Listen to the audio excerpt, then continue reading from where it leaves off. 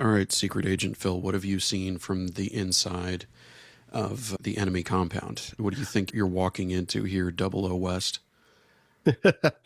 So you are, of course, referring to the drone footage that Inter Miami actually released. I don't Ooh, have any kind of super inside knowledge on this. I do know that, yes, it does kind of look like it's very much good and plenty box vibes. A lot of black, a lot of pink, oh heron boy. imagery.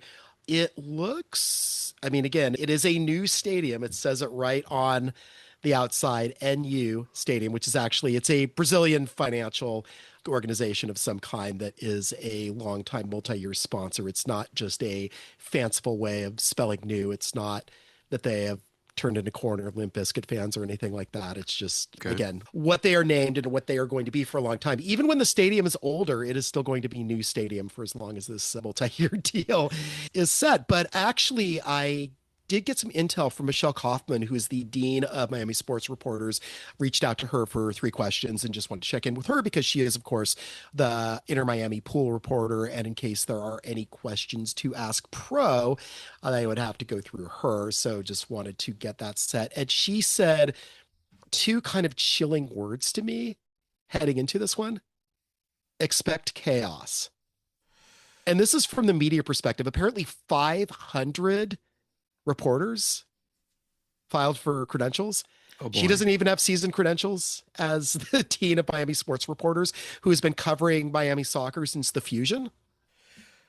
Wow. Where to She says basically you cannot drive to the stadium, but thousands are going to try. So what you're saying is it's definitely going to start on time. Yep, clearly.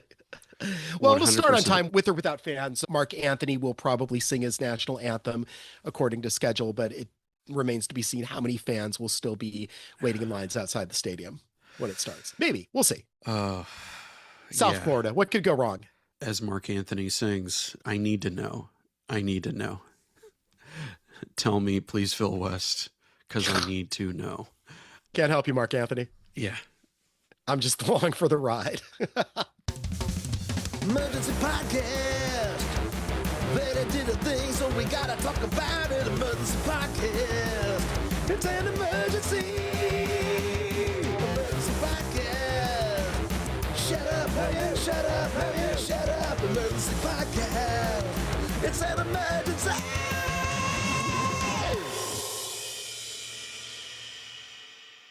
Hey, a hearty hello to you all, and welcome to Emergency Podcast, the Austin FC podcast, where we talk about all the Austin FC emergencies. As Will Smith sang, I'm going to Miami. I think that's what he said, right? Or he said Yeah. something Yeah. along those lines. Yeah. I'm going to be on a Miami. plane in mere hours. I'm probably going to be editing this in the airport, waiting for said plane. After I get through the TSA lines, pray for me, everybody. And yeah, we'll be going to see New Stadium in person, checking out Austin FC trying to spoil Inter Miami's party. Moisés, how are you doing? What parties do you plan on spoiling? I don't know. I at one point I was really eager to try to go to this game. Mhm. And now I'm kind of, you enjoy that, Phil West. Okay. You have your fun. Yeah, I hope everybody has a great time. And I hope that the chaos is to something of a minimum. But yeah, I don't know. I don't know just how crazy that's going to be if Austin ends up upsetting the home side that is themselves upset by construction delays. It'll be fascinating to see how long it takes that stadium to be a fully operational battle station. Yeah. Frankly, yeah, I don't know. I don't know what to expect out of Saturday. It seems work in progress. I mean, the pictures from the stadium, the grass seems to be okay. It seems to be intact. It seems to be staying in place For now, with humans on it. So I think that's a good sign. As I said somewhere else in a Austin FC fan chat, it should have full integration and vines growing out of it by Saturday, given how fast things grow in South Florida. yeah, I mean, that's South Florida for you. The rest of the stadiums will be a real surprise. I feel like so many things are going to be last minute considerations that Perhaps. they're almost certainly not going to have enough staff, not going to have enough trained staff to ensure all manner of different things go smoothly. It'll be fascinating if visiting fans are even let into the stadium by the time of kickoff, because they will plan on getting there pretty early. Yeah. You can get there impossibly early for a gate that isn't open, is kind of where I'm going. Is I just that.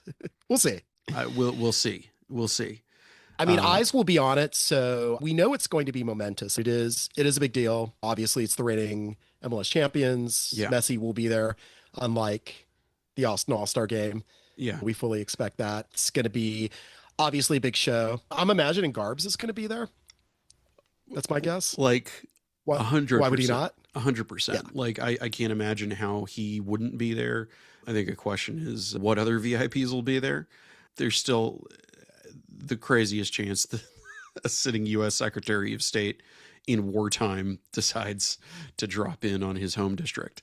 Yeah, I don't know. I feel like some dumb stuff is going to happen that is unpredictable. That is my biggest certainty going into this weekend, is something really stupid operationally is going to happen. Will be momentous, but will it be a momentous show? Yes, I think that's reasonable. We'll see. I feel like the club is on top of it, even though we only got credentialed on Monday. After having applied weeks before. So, and the league just announced on Monday that this was happening. So I do feel that there was maybe a bit of question whether or not the stadium would be playable and ready up until this last week here. But I feel like they were just maybe being cautious. Again, I am going to hope and be optimistic that things will be great, but I will be keeping my eyes open to see what transpires, and definitely getting fan accounts and conveying that all to you in Verde all day. But there's also a game that we have to talk about, so we'll do that in a second here. But first, we did want to kind of circle back to the international break.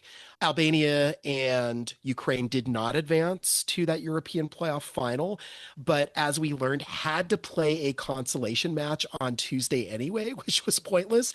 And Uzuni went nearly the full 90, which worries me. But we were wondering, one happy, one sad, or both sad. It is both sad. Both sad. But also Italy got knocked out a third straight time. The combination of sads for this, where I feel for the Italian people, I feel for the Italian players. I do not feel for the people running the Italian Federation, who have been running it into the ground for a number of years now, where heads should roll, but ingrained good old boy network rules have prevented the guys at the top from being answerable for anything for some bizarre reason. One of the great football countries of Europe that cannot get in to even a playoff slot in a 48-team World Cup. I don't know, man. Yeah. Quick pop quiz question for you. What is the last World Cup knockout game that Italy has played? 2006, before the introduction of the original iPhone. Right. 2006 final. A game that I hate to remember. But it becomes funnier that is their last knockout game with each passing World Cup. It's it's the craziest thing. Heads should roll, but they haven't for 20 years. Yeah, I don't get it, but welcome to Italian football politics. All right, anything else we need to say about the international break? You're worried about Uzuni having gone 2 full 90s back to back. And I think that's a reasonable concern to have. If it has him awake and ready to show up on a big stage against Messi, awesome, good, great. If he's aggravated a hamstring or something and has to come out 30 minutes in, I'm not thrilled. But we'll see. They're the curtains of mystery that we don't see behind until the game kicks off sometimes. And this is going to be one of those situations where I'm like, please tell me that they played this the smart way. They did not say anything about Uzuni in the injury roundup, by the way. We do have some other injury things to talk about, but anything else though on the international front? I mean, we did learn that Turkey did emerge from their playoffs, so they will be in the US's group. Jamaica did not make it past DR Congo, who's going to be in their first World Cup since they were Zaire. back in 1974. Wow. So there's some pretty cool stories coming out of this World Cup with 48 teams, but some teams that you might expect to be in the World Cup are not there, which again, that's the magic of this, but it does seem weird to have a World Cup without Jamaica or Italy in it, to me at least. And to be a jersey snob, Italy dropped some pretty solid World Cup jerseys that they now don't have a World Cup to use them in. That's the real crime that people aren't thinking about, Phil. What about the jerseys? What about the shirts? The shirts that will go unsold in warehouses and on racks because they're not in World Cups. By the way, if you did not listen to the last emergency tangent, we did talk all about the U.S. jerseys. So I thought it was a fun episode. I thought we did a good job there. Yeah, I can't wait for the Trapper Keeper 1995 inspired U.S. jersey that I'll eventually get because I so actively campaigned for bigger and crazier. We'll see how those jerseys do and see if this team gets out of the group. My prediction is the U.S. doesn't get out of the group. That's about as deep as I have it from watching them here recently. Now, who's the pessimist? It's not pessimism when it's realism, backed up by what people have seen on screens. Also, the captain has not scored a goal in international duty since doing a Trump dance celebration. Right. Yeah. I also want to revise maybe my take on the 2026 away kits. Okay. These stars are not really visible at all on TV, or at least on my TV. And I have a decent TV. Yeah. Who was so what did you say? Now, OLED in an LED world? But an excellent point, because those stars did not render as stars. They did just look like Navy jerseys. Nice Navy jerseys. Yeah. Yeah. But with allegedly simple. some patterning. Yes. Right. Which if you squint real hard with the close-ups, you were able to see. Yeah. But if you looked at close-ups of the goals that were scored by Portugal, well, you couldn't really see the U.S. jerseys because there weren't really U.S. jerseys around the Portugal players who were scoring in that match. Yeah, there weren't. Were there? Were there, Phil? Again, to my point, you think this team's getting out of the group? Okay. It's Paraguay and Australia and now Turkey. I think they get out of the group. I don't know if they get much farther. I think Paraguay and Turkey want it more and have better group cohesion, and Australia are the joy-filled Socceroo boys of world football. I see all three of those. Two of them having more beat the U.S. juice. That's definitely a different kind of fuel for Paraguay and Turkey than Australia. Australia, it's just plain mucho joy, if you ask me. They're gonna throw the Yanks on the Barbie. Yeah, I think all three of those teams have better group cohesion, have better mentality going into this. But who knows? On May 12th, we'll see the U.S. against the world, a 4-part HBO Max miniseries covering the last 4 years of following the U.S. men's national team that from the preview looks like, don't you understand? We're stressed, you guys. It's really stressful. It's stressful to have a stressful job with the eyes of the world on you guys. Yeah, we're familiar. You're not the first people to play on a national team in soccer, guys. Okay. With that, let's talk Miami. Phil, I'm told that there is an opportunity to attack. Yes. We heard that Thursday from Nico Estevez in the media availability. Numbers kind of bear it out. Last year, Miami did score 81 goals, which is a lot of goals for 34 games, but they also let in 55. So far this season, they have scored 9. They let in 8. Of course, 3 of those were against LAFC in the opener. But this is, again, a team where they might be a little bit defensively challenged. And Nico Estevez thinks that, because they concede goals, this has to be our mentality. We can go there thinking that just defending well is going to be enough because they have tools to score goals. We need to have the mentality to attack them, he said. Although defending well is certainly going to be a primary thing that they will want to do. He thinks that there are opportunities to score against them. They've done it against LAFC, supposedly, where we have the right mentality and we approach the game going also to attack them is when we can have more chances to win the game. Of course, against LAFC in this most recent match, they scored no goals, but they also didn't let in any goals. So there is that. They feel confident about the quality that they have in the team, but Owen Wolf, we thought was going to be back for this game, still having trouble with the sports hernia surgery recovery. Jaden Nelson should be there. Robert Taylor, maybe, maybe not, against his former team. And then I was proud of this one in the article. Brandon Vasquez, to quote NSYNC, it's going to be May, as in it's going to be 3 to 4 weeks before we may see him. And so the month of May is when we will likely see Vasquez, not anytime in April. Taking all of this as a group of updates, none of it particularly alarms me. Less than ideal, sure. The Owen Wolf thing, a lot of the chatter that I've seen going back and forth has been, why didn't this sporting operation insist? Why didn't they give him a hard deadline? Why didn't they tell him, you better get this surgery right by this point, young man? Well, first of all, they can't do that. They can't force a player to undergo surgery against their will. My understanding is that the sporting operation at Austin did want him to go ahead and get the surgery as soon as they got bounced out of the playoffs against LAFC last fall. But that was not the decision he wanted to make. He wanted to try to train through it in the off season and see if it would just go away and avoid surgery. So if you're looking to blame Austin FC, the organization, for somehow being irresponsible about encouraging a player to get the surgery as soon as they should have with the power of retrospect, giving you 20/20 vision, they did put out that effort of trying to get the surgery done much sooner. And at the end of the day, that is always going to go to player choice. Right. I mean, personally, I would rather not have surgery than have surgery given the options. I think, and that's the thing, is I can't even really blame Owen for making that decision. Like trying to find blame because you don't like that a player is not available in the lineup. I get it. I just don't think that it's that reasonable. You're going to be looking at a lot of variables, a lot of which player privacy is such that people can say all they want about, well, in Europe. Okay, well, sure. There are also, actually, privacy laws are stronger in most European countries than they are in the United States. But just like talking about it as, well, we should know more about this. Well, we should have his full medical charts available. Come on, let's be reasonable.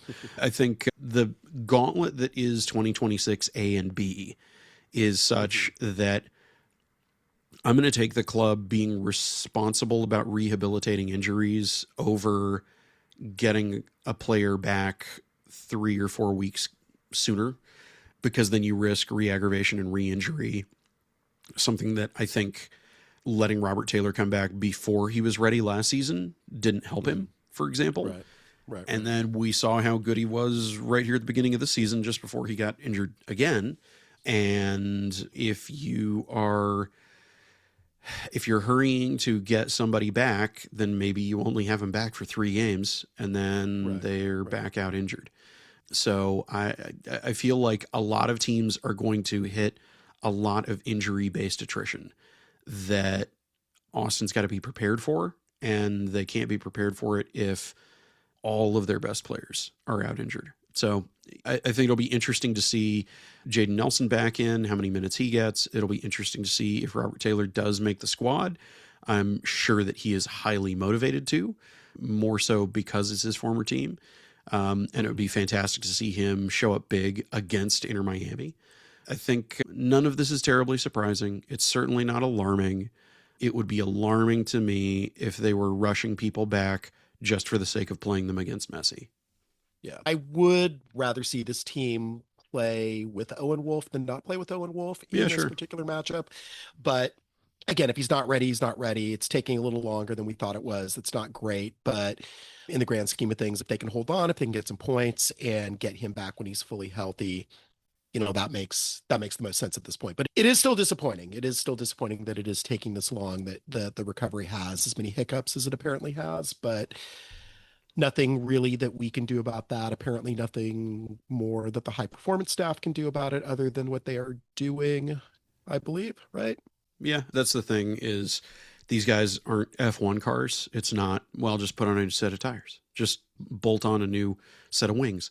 New and different things can crop up in the process of rehabilitating something on the other side of surgery. And that's presumably what is going on with Owen. And I don't think it's a big leap. And I don't feel like we have been starved of information. I might have, had I been able to attend the press conference, I might have asked for a little bit more detail on, can they just tell us, did it result in some more complication than expected from the rehab, just to get that direct answer? I feel like it was implied, though, in previous answers. Nico said that there were some additions that happened. So like, it sounds like, that there were some things that have cropped up along the way that have complicated things. He had said at one point that he practiced 2 days and then had to rest a day and is going to try to practice again today. So I guess maybe it was Tuesday, Wednesday practice, then Thursday rest, and then trying to get him Friday. But again, he's not in a position where we're going to see him probably even make the roster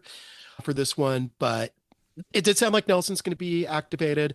Again, just for narrative, I would like to see Taylor play a little bit in this game. I was reminded, Nico keeps bringing this up because I think it was a pretty momentous game when he was coaching at Dallas. They had a pretty memorable 4-4 match that Miami ended up pulling out in penalty kicks. Of course, that was a match where Dallas was leading 4-2 in the 68th minute, and Messi came back. Do you know how that fourth goal for Dallas happened?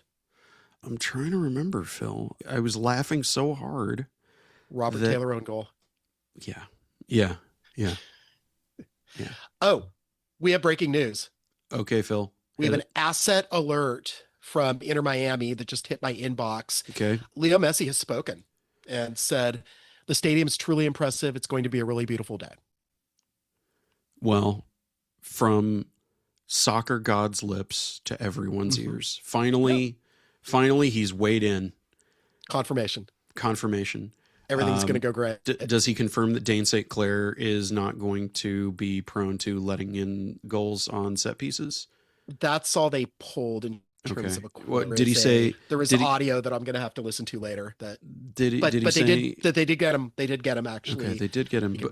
Did he say anything about how he plans to link up with Herman Betarame?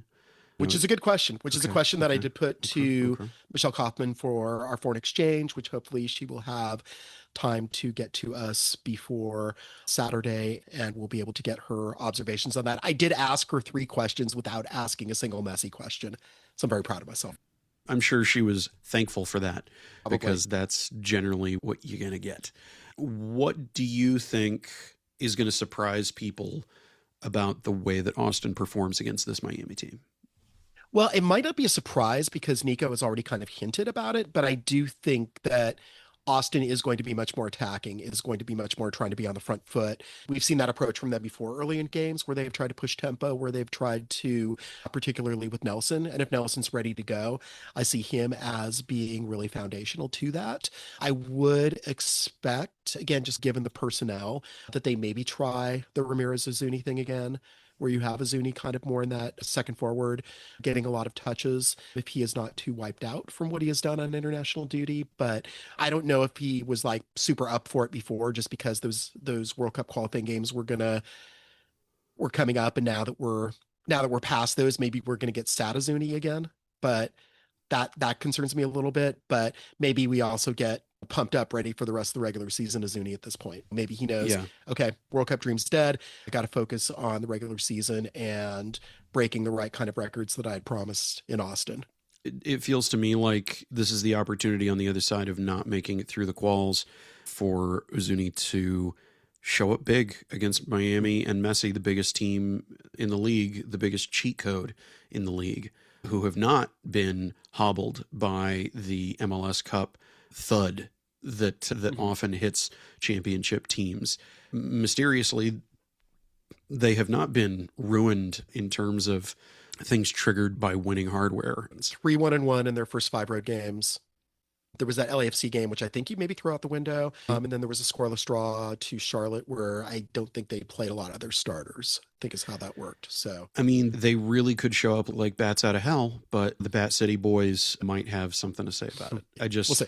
I think both teams are very highly motivated. This is not something, a lot of times I take things at face value. I do not take at face value that the team has not been thinking about this all season. Austin has definitely been thinking about this match all season. This is a valuable reset point. This is a valuable statement game for them. I mean, it reminds me of those back-to-back wins against giant Liga MX teams in Leagues Cup a couple years ago that nobody expected Austin to win. I think the fan fervor of all the fans that are traveling, people that are going all the way down there like yourself, I think that's going to carry a fair amount of weight. And these are guys, some of them went through losing a cup final last season. Some of them have come from other forms of adversity at other clubs since then. These guys have a lot of things to prove, and most of what Miami has to do is remind people of who wears the crown, which can cause its own problems when things don't go the right way. Probably get some reminders of that in this game being their home opener after.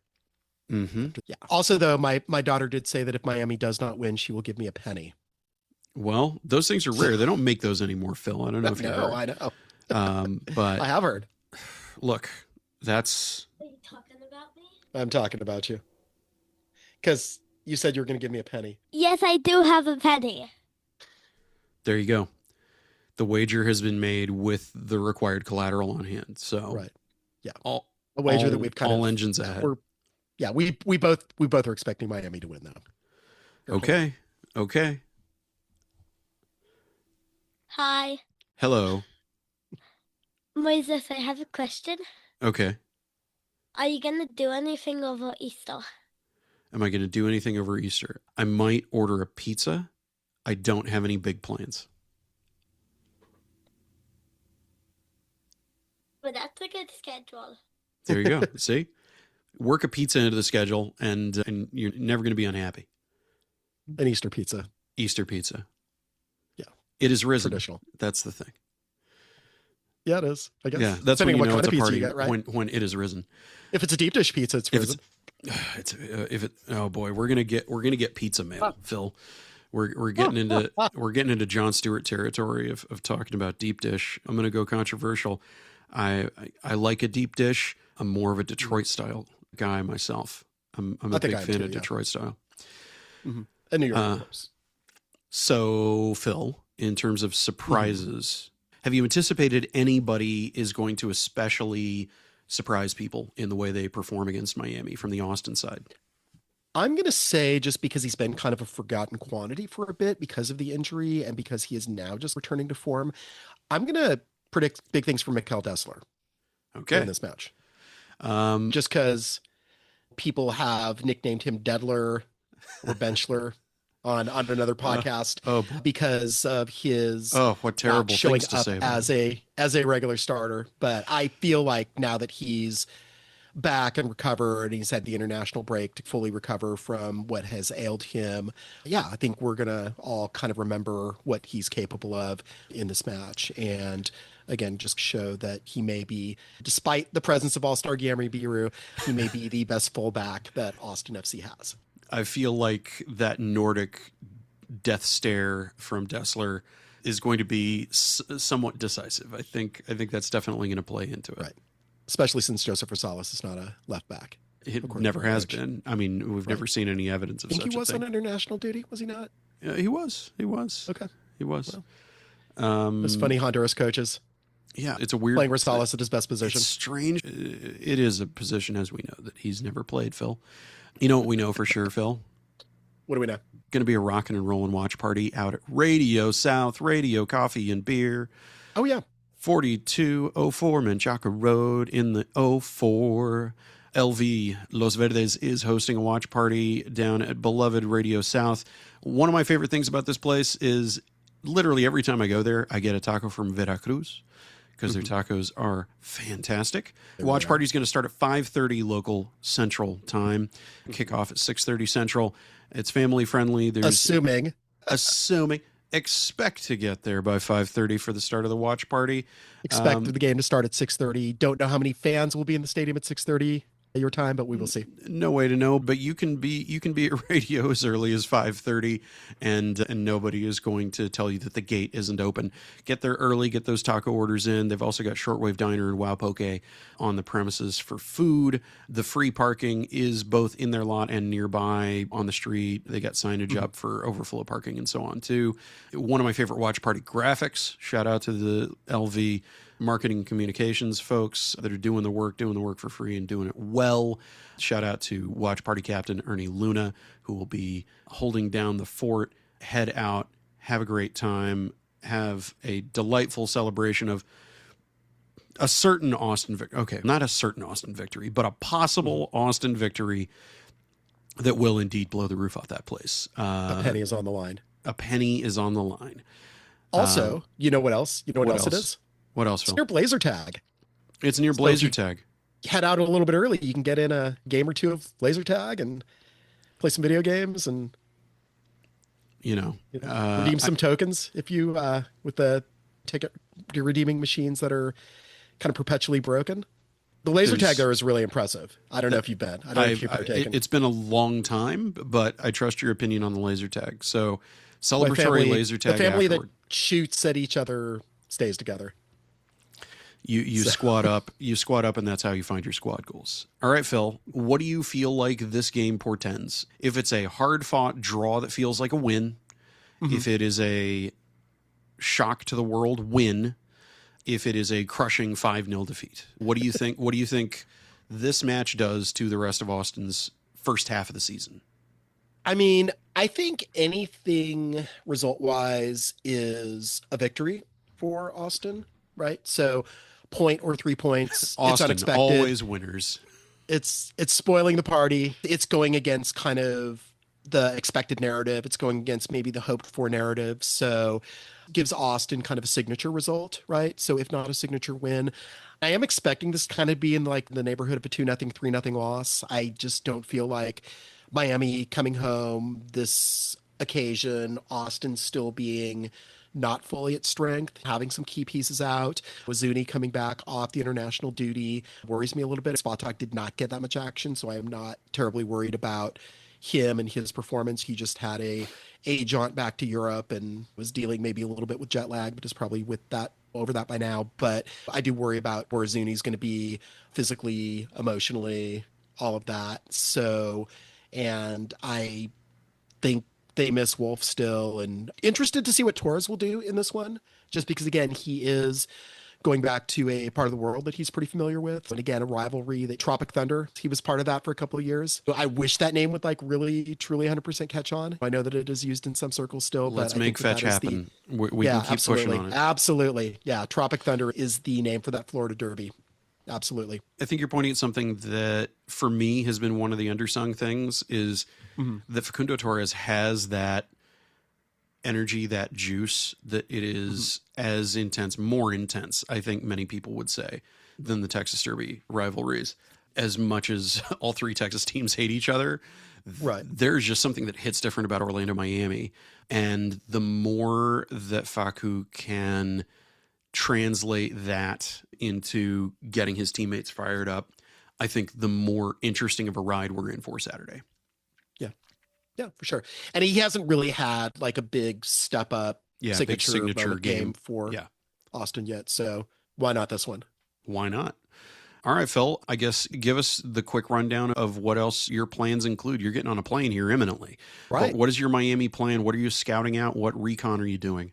Well, I know that there is a Friday night gathering, possibly by the time that this is up, we'll be out there. It is in the neighborhood where a lot of those Verdes are staying, Brickell. So going to check that out. And then, the Rebel Museum is something I've wanted to see that my wife has raved about. The place that me and the We're Austin TV crew is staying at is next to the beach. So I'm probably going to wander out and gaze into the Atlantic Ocean briefly. Definitely want to get to Calle Ocho and get some Cuban food at some point. Have you been to Calle Ocho, Phil? I have not. You've not? Okay. It's gonna be busy. I'll say that. Yeah. And you don't have to go to Calle Ocho specifically to get Cuban food. There's a lot of Cuban food in Miami. Oh, I'm sure. Yeah. I've been staking it out. So, Hernan from We're Austin, he noticed that there is a Denny's next to the place we were staying. I'm probably not going to do that. El Denny's. But I do. Yeah, they do have city bikes there. I have already downloaded that app, so I'm going to try to see if I can bike through the humidity. I don't know if that's advisable, but I mean, I always like to watch out get on for the bike traffic and kind of move my body. Yeah, no, I will sincerely say, watch out for traffic. Riding a bike in Miami is not necessarily the safest thing. take care of yourself, Phil. Come back in one piece.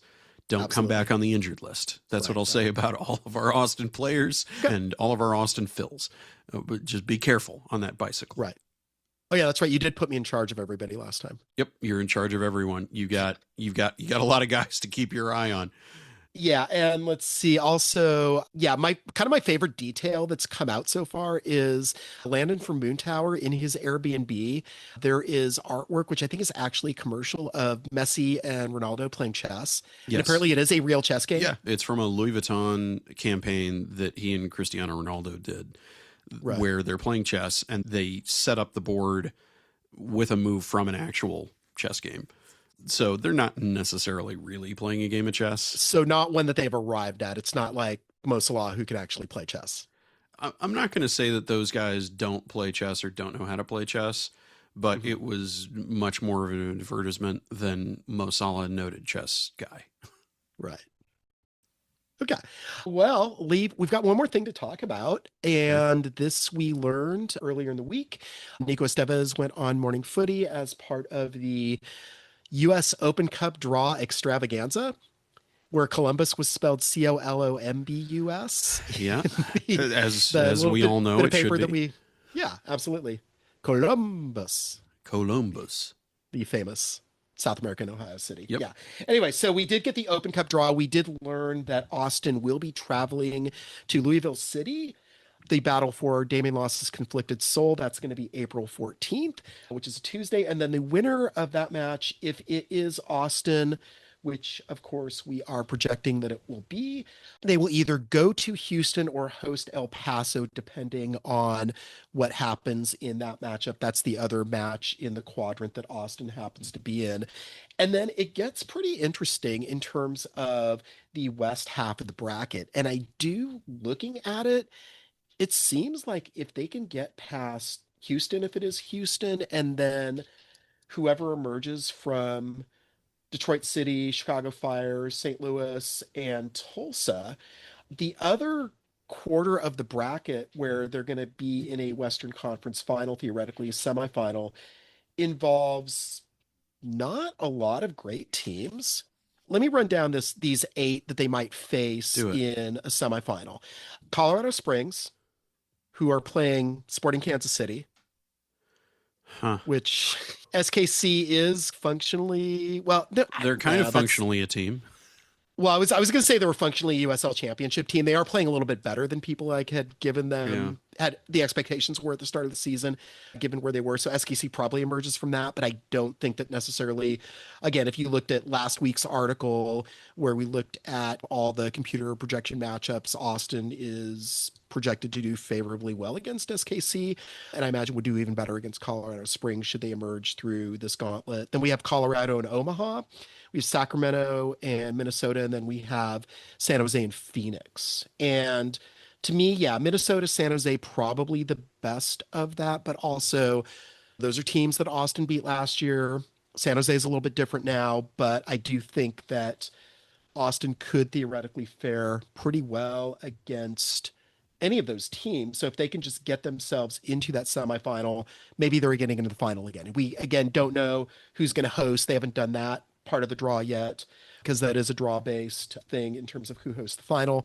But again, we thought about this at the start of the season, Open Cup being the best chance for Austin to get a trophy. This still seems to pretend, I think, fairly well for them, given, again, they've got to get past Louisville first, of course, in Louisville, which could be tricky, but Louisville does not have Damian Lawes between the sticks. Nope. So that makes it a little bit easier for Austin. Yeah, I think underestimating Louisville will be at Austin's hazard, but I don't think they're going to underestimate them at all. I mean, they faced them in preseason. So they know. Yeah, they know Louisville. They've done the scouting on it. They know it from the inside, with Damian Lawes propelling them to heights that I would argue they wouldn't have gotten to without him. I think it'll be interesting to see how that match goes. My big thing is that's not a match to lose. That's really not a match to lose. I'm very concerned if that match does not go to Austin. And that's not in any way diminishing Louisville. It's Austin needs to be able to show up against Louisville for the sake of the rest of its season. I wouldn't say that a loss to Louisville would be worse than Austin's second team losing to a semi-pro team, which was pretty bad, but it sure would be of the order of that in terms of fan engagement, in terms of propelling things through a World Cup break and on to the longest season in MLS history. Yeah. Can you see El Paso upsetting Houston? Because I sure can. I absolutely can. Ben Olsen's Houston is still figuring itself out. They lost their greatest piece on the board. He works for Minnesota now. I feel like there is a solid opportunity for El Paso to cup set Houston, which will be its own portentous thing for a different MLS side season. So yeah, I think it'd be interesting to see Locos versus Austin in Austin rematch that everybody should just show up booing. Just boo from minute one and just keep things moving, guys. We remember. What's the Spinal Tap line? They were still booing when we came on. Right. Here's to cheers and some beers and at least a couple of croquetas before you get out of Miami, Phil. Yeah, we'll see. We'll see what happens. Transition. Do you have any predictions for this Austin-Miami game, Emmy? Sure. So, my prediction is, so they're going to be lining up on the field, Yep, Okay. that should happen. and they usually have kids on the field, Yeah, Mm-hmm. and that might happen for this game. I think it will. And after the kids leave, I think that, like, when Miami tries scoring the first goal, Brad Stubble might block it, Yeah, okay. Okay. because he's really good at that. So you're saying there's a chance that it could be such a terrible shot that it flies over the goal like a field goal. No. Okay. You're saying that You're Miami saying will it- get one on target and Stuber will block it. Yeah. Okay. Okay. That's a good prediction. Okay. Okay. What else do you think? And Do you think Messi's going to score? probably. Yeah. Okay. Probably like twice. Okay. Probably twice. Okay. Okay. And how's the crowd going to be when that happens? How's Miami's crowd going to be when Messi scores? Crazy. Crazy. Okay. They're going to go crazy. It would be like me if I saw Stray Kids. Okay. So you at a Stray Kids concert is how Miami fans are going to be. Yeah. Okay. She's a big Stray Kids fan. So what else? So is Austin going to score? Maybe. Okay. We'll see. Probably not. Yeah. I think we're in alignment. So you're sounding like 2-0, right? Yes. Okay. That's what I said too. 2-0 or 3-0. We'll see. And so you're not going to give me a penny then. Yeah, you're not getting my penny. Unless they actually win. Okay. We shall All see. right. And going back to Stray Kids, if you don't know who Stray Kids are, they're a K-pop group, not K-pop Demon Hunters. That sucks. Stray Kids is real. They're amazing. Yeah, you loved K-pop Demon Hunters, and then you completely turned on K-pop Demon Hunters once you became fans of quote-unquote real K-pop bands. They are real. Yeah, I know they're real. K-pop Demon Hunters is literally fake. Okay. But a good fake, right? No. Okay. You're having none of it. Okay. All right. Taking the side of the Saja boys. We'll burn all those Halloween photos where you dressed up as a K-pop Demon Hunters character then. Okay. I don't care. Okay. There you have it. Okay, so I also predict at the end of the game, they're all going to shake hands like we do. Okay. And maybe they'll do their hands tunnel. That happens at my thing where like a bunch of people have their hands like this. And then So the family members of the players will come out and they'll do a tunnel and the Okay. players will run through it. so the players on the other team will do it. And Okay. Probably not. Be nice, but probably not. That'd be a good gesture, but yeah, I don't think it's going to happen. Maybe. All right. Never know. Never know. Okay. Well, thanks, Emmy. Thanks for your predictions. I'll see you in a few. Okay. Okay. Goodbye. Bye. Okay, so those are Emmy predictions. There we go. The Emmy prediction market all set up. This is the best thing I've heard in the history of the 8 years I've been on this planet.